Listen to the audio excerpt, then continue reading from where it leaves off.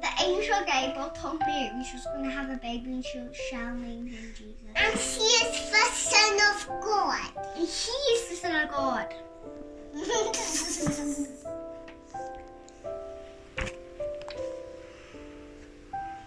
Mary and Joseph.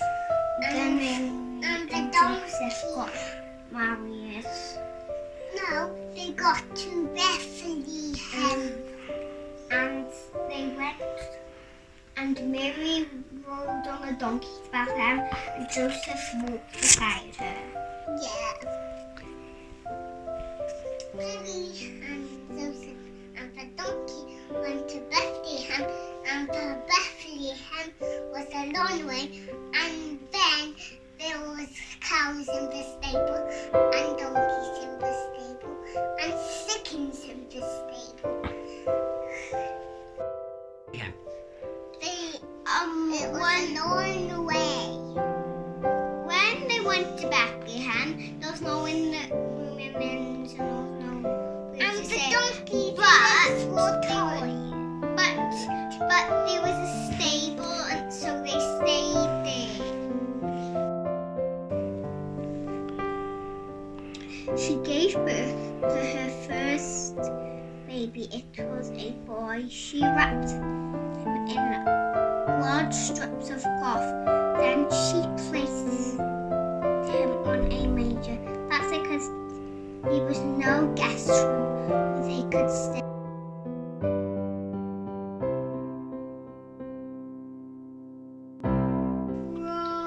Goodbye, Jesus.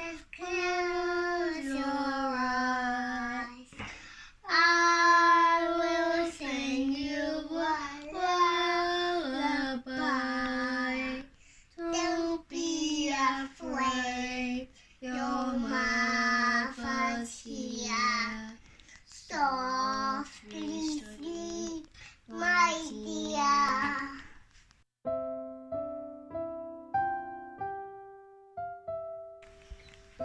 One night,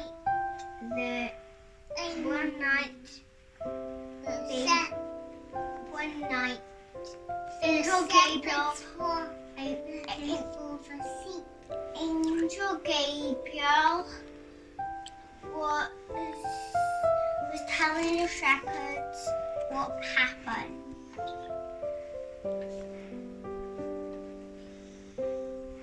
So the angels sang us, and then the other angels came out and they sang a song.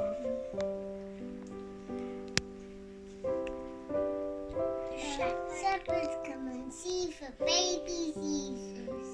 And what happened next? The baby was born in a stable with all the animals. Animals. What animals were there? Cows and donkeys and chickens. After Jesus' birth, wise men from the east came to Jerusalem. The brain is so confused now, so confused now. Okay, so tell me about the wise men. Go on. The wise men bring gifts, gold, frankincense, and myrrh to the newborn king.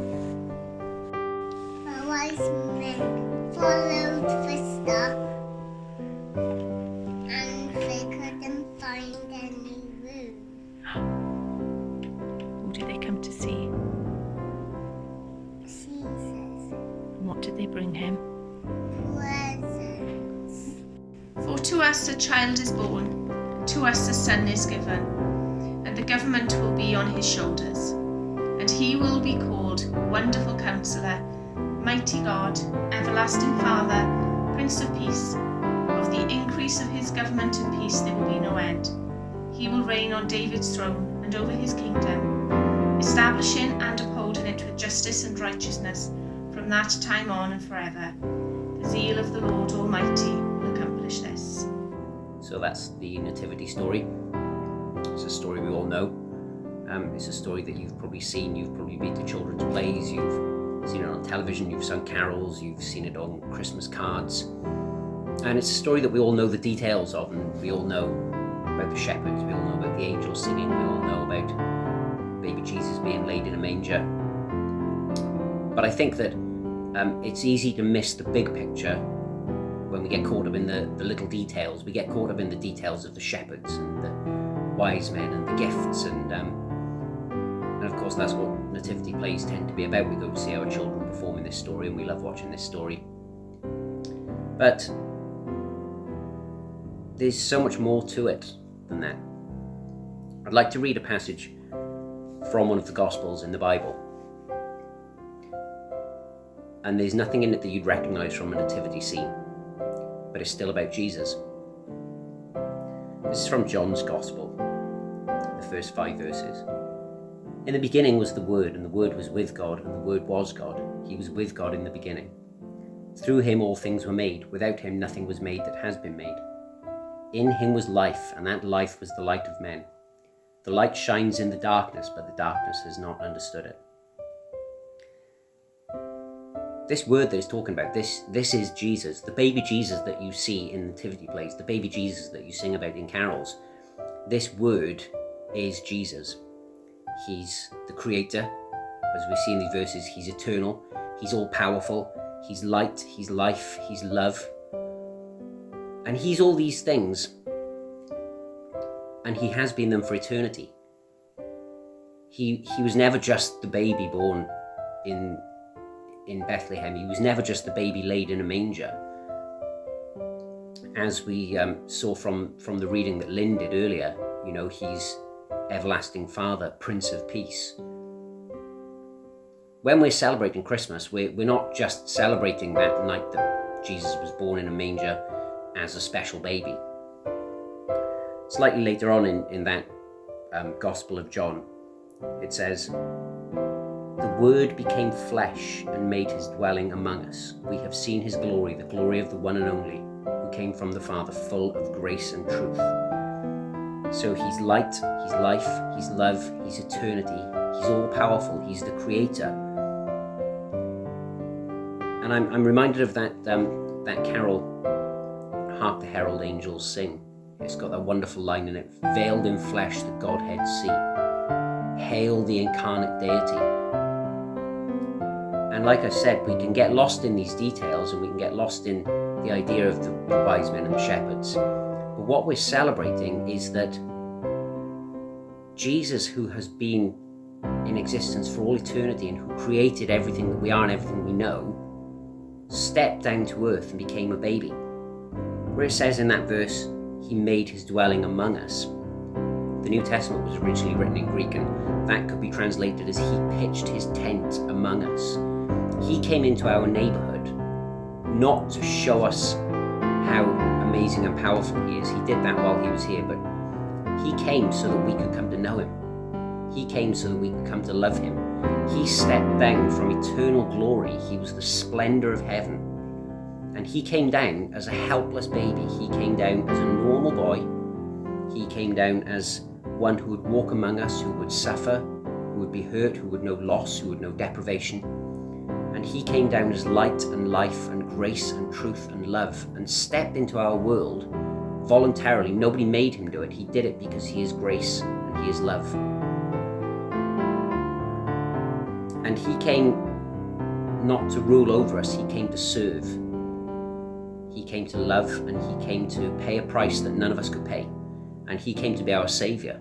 And that's what we're celebrating. We're not celebrating just a little baby being born, as wonderful as that is. We're not just celebrating the night when, the Virgin conceived and gave birth.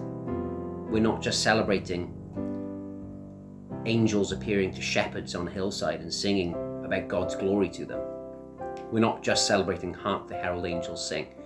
We're celebrating because the one who made everything and has existed for all eternity came to earth and pitched his tent among us, moved into our neighborhood, and became like us so that we could know him.